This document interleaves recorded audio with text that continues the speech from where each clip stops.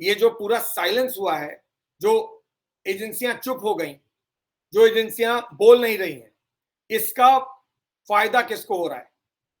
इससे रिलैक्स कौन हो गया? तो number one, the who of Bollywood, Bollywood के वो तमाम लोग जो सवालों के घेरे में थे, जिन पर प्रेशर था, एक दो नहीं, I will come and talk about that separately tomorrow और day after, that who are the people who are in the dock and what is their status today. But fact remains that the who's who of Bollywood was feeling the heat in Sushant Singh Rajput case. Today they are all relaxing. Why? Because the heat is gone. Heat is a very important word in this case. जब तक heat generate नहीं करोगे आप, चीजों का impact नहीं होगा. वो सुशांत सिंह राजपूत का जस्टिस फॉर एसएसआर कैंपेन था, जिसने गवर्नमेंट पे प्रेशर डाला, जिसने स्टेट गवर्नमेंट्स पे प्रेशर डाला, जिसने पब्लिक ओपिनियन जनरेट किया और लोगों को जोड़ा, और उसका नतीजा है ये सीबीआई इन्वेस्टिगेशन, ये एनफोर्समेंट डायरेक्टरेट इन्वेस्टिगेशन, ये NCB investigation.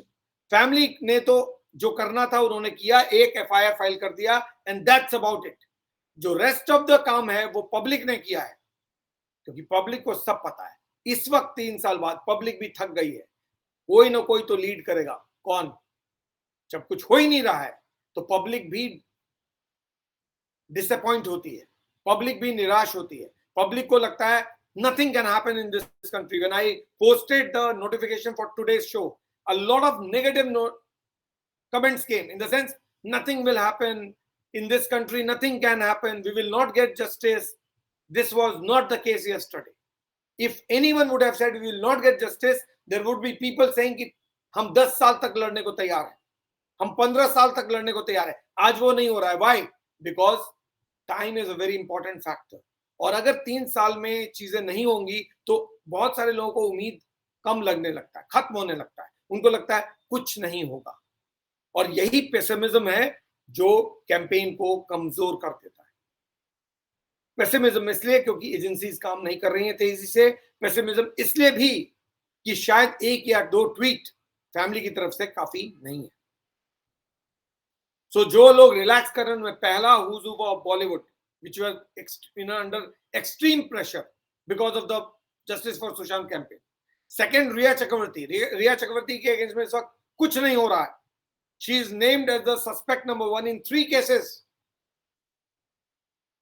NCB, Enforcement Directorate and CBI, and nothing is happening. She was arrested in NCB case. She went to jail for about a month, but in the rest of the 2 cases, no action against Riya Chakravarti. Why? Why is she being allowed to just relax? क्या abetment of suicide case काफी नहीं था कि family ने एक complain किया, उसमें नाम डाला इन 4 शख्स का, जिसकी तस्वीरें नजर आ रही. इसके अलावा एक केशव भी है.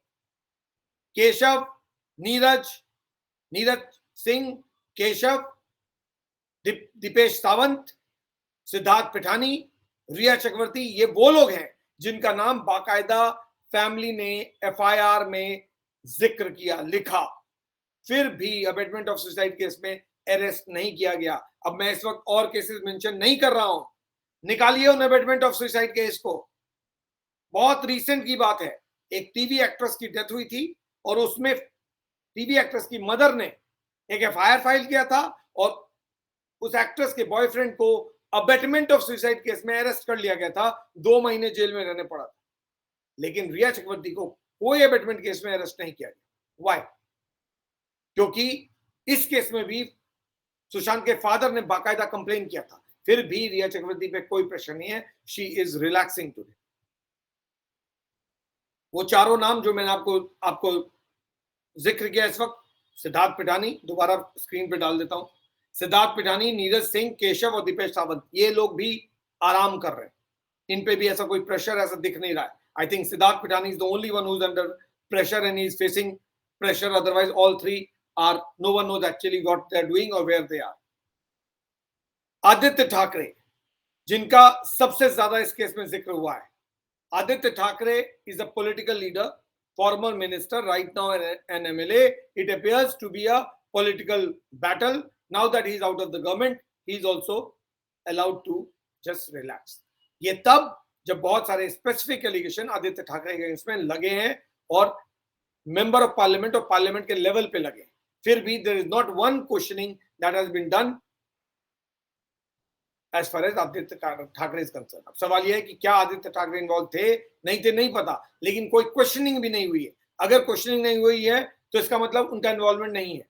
अगर उनका इन्वॉल्वमेंट नहीं है तो इतनी सारे सवाल बीजेपी के लोगों ने उठाए क्यों? और अगर उठाए तो फिर आज कौन रोक रहा है बीजेपी की सरकार को सवाल पूछने से